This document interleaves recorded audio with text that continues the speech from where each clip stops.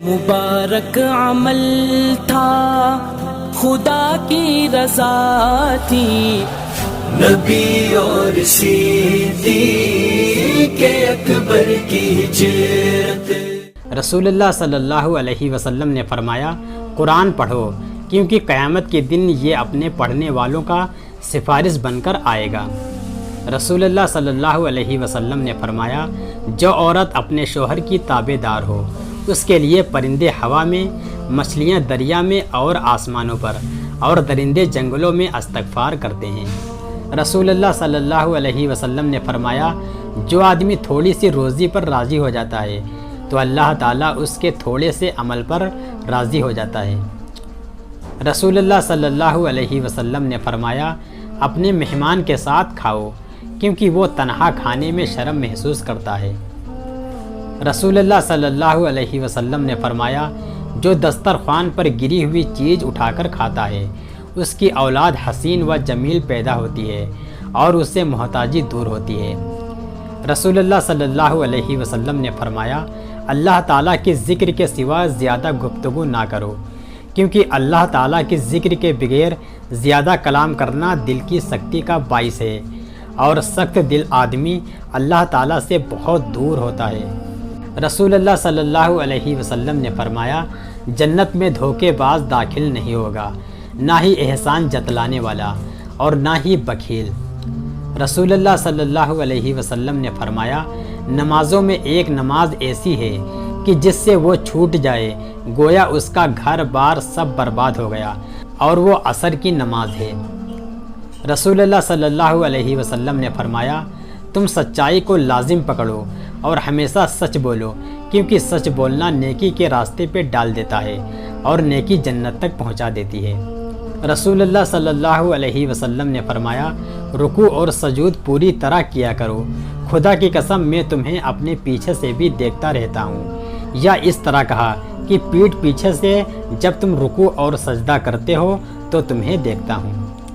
رسول اللہ صلی اللہ علیہ وسلم نے فرمایا، اللہ سے ڈرو، عورتوں کے معاملے میں ان کے حقوق ادا کرو۔ رسول اللہ صلی اللہ علیہ وسلم نے فرمایا، خیرات کو مت روکو ورنہ تیرا رزق بھی روک دیا جائے گا۔ رسول اللہ صلی اللہ علیہ وسلم نے فرمایا، لوگوں کا کیا حال ہے جو نماز میں اپنی نظریں آسمان کی طرف اٹھاتے ہیں۔ آپ صلی اللہ علیہ وسلم نے اس سے نہایت سختی سے روکا، یہاں تک کہ آپ صلی اللہ علیہ وسلم نے فرمایا کہ لوگ اس حرکت سے باز آ جائیں ورنہ ان کی بینائی اچک لی جائے گی۔ رسول اللہ صلی اللہ علیہ وسلم نے فرمایا، ایک مومن دوسرے مومن کے لیے عمارت کی طرح ہے کہ اس کا ایک حصہ دوسرے حصے کو قوت پہنچاتا ہے، اور آپ صلی اللہ علیہ وسلم نے ایک ہاتھ کی انگلیوں کو دوسرے ہاتھ کی انگلیوں میں داخل کیا۔ رسول اللہ صلی اللہ علیہ وسلم نے فرمایا، اگر شام کا کھانا سامنے رکھا جائے اور ادھر نماز کے لیے تکبیر بھی ہونے لگے تو پہلے کھانا کھا لو۔ رسول اللہ صلی اللہ علیہ وسلم نے فرمایا، جب تم اللہ سے سوال کرو تو جنت الفردوس کا سوال کیا کرو کیونکہ وہ جنت کا سب سے افضل اور بلند درجہ ہے، اور اس کے اوپر اللہ کا عرش ہے اور اسی سے جنت کی نہریں نکلتی ہیں۔ رسول اللہ صلی اللہ علیہ وسلم نے فرمایا، جس کی نماز اثر چھوٹ گئی گویا اس کا گھر اور مال سب لٹ گیا۔ رسول اللہ صلی اللہ علیہ وسلم نے فرمایا، جس شخص نے سورہ الفاتحہ نہ پڑھی اس کی نماز نہیں ہوئی۔ رسول اللہ صلی اللہ علیہ وسلم نے فرمایا، میں نماز دیر تک پڑھنے کے ارادے سے کھڑا ہوتا ہوں لیکن کسی بچے کے رونے کی آواز سن کر نماز کو ہلکی کر دیتا ہوں کیونکہ اس کی ماں کو جو نماز میں شریک ہوئی تکلیف میں ڈالنا برا سمجھتا ہوں۔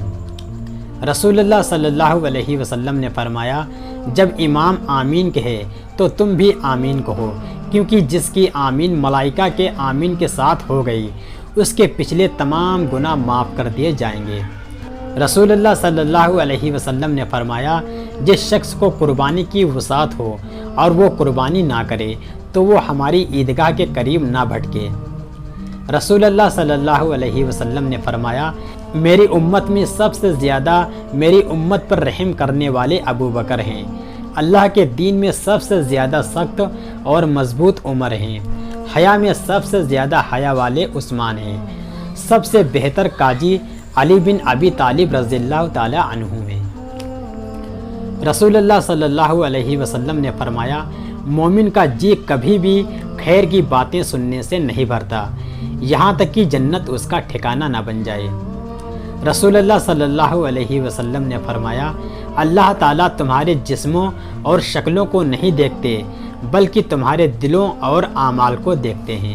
رسول اللہ صلی اللہ علیہ وسلم نے فرمایا، جس نے حلال روزی کھائی اور سنت کے مطابق عمل کیا اور لوگ اس کے ظلم سے محفوظ رہے تو وہ جنت میں داخل ہوگا۔ رسول اللہ صلی اللہ علیہ وسلم نے فرمایا، لوگوں میں بدترین شخص وہ ہے کہ جسے اس کی بد کلامی کے ڈر سے لوگ چھوڑ دیں۔ رسول اللہ صلی اللہ علیہ وسلم نے فرمایا، جب تم میں سے کوئی لوگوں کا امام بن کر نماز پڑھائے تو چاہیے کہ ہلکی نماز پڑھائے، کیونکہ نمازیوں میں بیمار، کمزور اور بوڑھے بھی ہوتے ہیں۔ اگر کسی نے اپنی نماز پڑھنی ہو تو جتنی چاہے لمبی پڑھے۔ رسول اللہ صلی اللہ علیہ وسلم نے فرمایا، 3 دعاؤں کی قبولیت میں کوئی شک نہیں، پہلی مظلوم کی دعا، دوسری مسافر کی دعا، تیسری والد کے اپنے اولاد کے حق میں دعا۔